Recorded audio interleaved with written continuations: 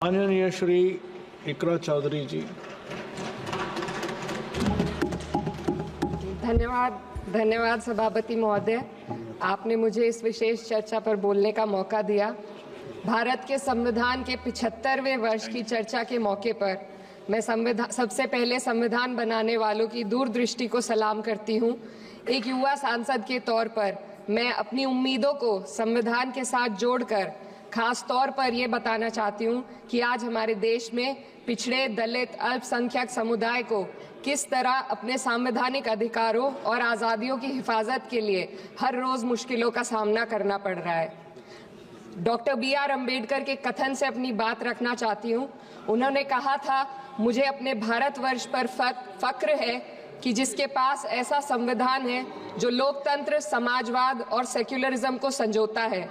लेकिन आज ऐसा लगता है जैसे संविधान की किताब तो है पर इसे चलाने वालों का ईमान गुम हो गया है। आज हिंदुस्तान में हर वर्ग को किसी न किसी चुनौती का सामना करना पड़ रहा है, मगर अल्पसंख्यक खास तौर पर मुसलमानों पर जो कहर टूटा है वो किसी से छुपा नहीं है। ये लोग सिर्फ अपने मजहबी पहचान की वजह से निशाने पर हैं। संविधान का अनुच्छेद 15 कहता है कि किसी भी नागरिक के साथ धर्म, जाति या किसी और वजह से भेदभाव नहीं होना चाहिए, लेकिन हकीकत इसके उलट है। हालात इस कदर बिगड़ चुके हैं कि hate speech, mob lynching, bulldozer द्वारा घरों को गिराने की घटनाएं आम हो गई हैं, खास तौर पर उत्तर प्रदेश में, जहां ऐसा लगता है जैसे कानून के नाम पर जंगल राज चल रहा हो। संभल में जो हुआ वो सबके सामने है। पुलिस के संरक्षण में निर्दोष लोगों की हत्या की गई और सरकार ने चुप्पी साध ली। अल्पसंख्यकों पर हिंसा बढ़ती जा रही है, मगर सत्ता में बैठे लोग या तो आंखें मूंदे हुए हैं या फिर इन घटनाओं को बढ़ावा दे रहे हैं। हद तो तब हो जाती है जब न्यायपालिका की बात भी अनसुनी कर दी जाती है। सुप्रीम कोर्ट ने मॉब लिंचिंग पर 11 सूत्रीय निर्देश जारी किए थे। इसमें साफ कहा गया था कि राज्य सरकारें और पुलिस इस तरह की घटनाओं को रोकने और दोषियों पर सख्त कार्रवाई करने के लिए जिम्मेदार हैं, लेकिन आज भी इन निर्देशों पर अमल नहीं हो रहा है। हाल ये है कि मॉब लिंचिंग को रोकने की बजाय सत्ता में बैठे लोग आग में घी डालने का काम कर रहे हैं। उनकी जुबान से ऐसी बातें निकलती हैं जो नफरत को और बढ़ावा देती है। ये अशांति अब इतनी गहराई तक फैल चुकी है कि हमारे समाज के धर्मनिरपेक्ष चरित्र पर गंभीर सवाल उठ रहे हैं। साल की शुरुआत में ही कई राज्यों में दुकानदारों को अपने नाम बोर्ड पर लगाने के लिए मजबूर किया गया। इसे सेहत और सुरक्षा के कानूनों का हिस्सा बताया गया, मगर असल मंशा कुछ और थी। ये कदम खास तौर पर मुसलमान दुकानदारों को निशाना बनाकर उठाया गया ताकि उनकी रोजी रोटी पर चोट की जाए। पिछले हफ्ते मुरादाबाद में एक मुस्लिम डॉक्टर को हिंदू बहुल्य मोहल्ले में घर खरीदने पर विरोध झेलना पड़ा।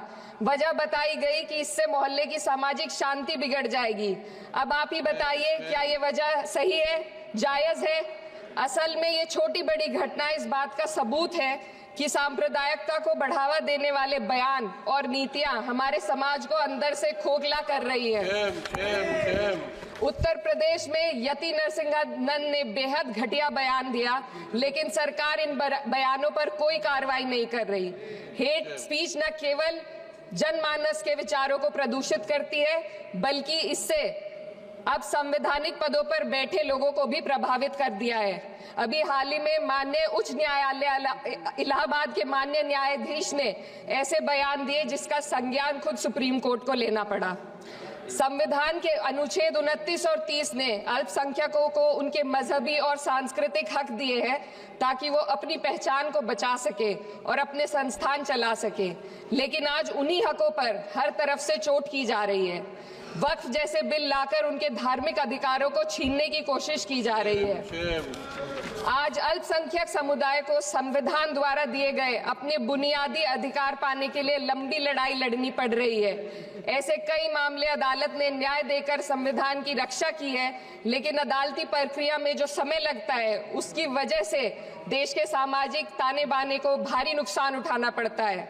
मिसाल के तौर पर इलाहाबाद हाई कोर्ट ने 2004 के मदरसा एक्ट को रद्द कर दिया था, जिससे मदरसों के संचालन पर सवाल उठे। हालांकि सुप्रीम कोर्ट ने बाद में इस फैसले को पलट दिया और एक्ट को वैध करार दिया, लेकिन इस प्रक्रिया में जो समय लगा उसने अल्पसंख्यकों को बेचैनी और संघर्ष के दौर में डाला है। इसी कड़ी में प्लेसेस ऑफ वर्शिप एक्ट 91 भी आता है और कई अन्य अधिकार, उन्हें भी इसी तरह अदालती लड़ाइयों में उलझाया जा रहा है। ये स्थिति न केवल अल्पसंख्यकों के अधिकारों की राह में रुकावट है, बल्कि justice delayed is justice denied जैसी कहावत को सिद्ध करती है। मैं इस सदन से दुनिया भर के अल्पसंख्यकों की आवाज उठाना चाहती हूँ, खास तौर पर हमारे पड़ोसी देश बांग्लादेश में अल्पसंख्यकों के साथ जो हो रहा है वे दिल को गहरे तक चोट पहुंचाने वाला है। उनकी जान माल की हत्या की जा रही है। बांग्लादेश हो या हिंदुस्तान हो या कोई और देश, अल्पसंख्यकों की सुरक्षा, इज्जत और अधिकारों की हिफाजत हर सरकार की सबसे पहली जिम्मेदारी होनी चाहिए। मैं इस सदन से अपने देश के अल्पसंख्यकों के साथ बांग्लादेश के पीड़ित अल्पसंख्यकों की आवाज को एक साथ उठाना चाहती हूँ। ये वक्त की पुकार है कि हम सब मिलकर ये सुनिश्चित करें कि किसी भी इंसान को उसकी पहचान या मजहब के कारण डरकर जीने पर मजबूर ना होना पड़े। जहाँ हक छीने जाते हैं वहाँ अमन खो जाता है। ये बात हर सरकार को समझनी चाहिए। अगर हम सच में अपने संविधान का सम्मान करना चाहते हैं तो हमें नफरत और भेदभाव को खत्म करना होगा। हमें ये दिखाना होगा कि ये मुल्क हर वर्ग, हर जाति, हर धर्म और हर समुदाय का है, और जब तक ऐसा नहीं होगा तब तक संविधान की आत्मा सिसकती रहेगी। सर, अपनी बात को खत्म करते हुए मैं एक शेर अर्ज करना चाहती हूँ। ये दाग दाग उजाला, ये शब गजीदा शहर, वो इंतजार था जिसका ये वो शहर तो नहीं। लेकिन अगर इस सदन में बैठे हम सभी सदस्य ये ठान ले कि हमें संविधान के मूल्यों को लागू करना है और उसे लागू करने का प्रयास करें, तो वह सुबह जरूर आएगी जिसके लिए लाखों भारतवासियों ने अपने जानों की कुर्बानी दी थी।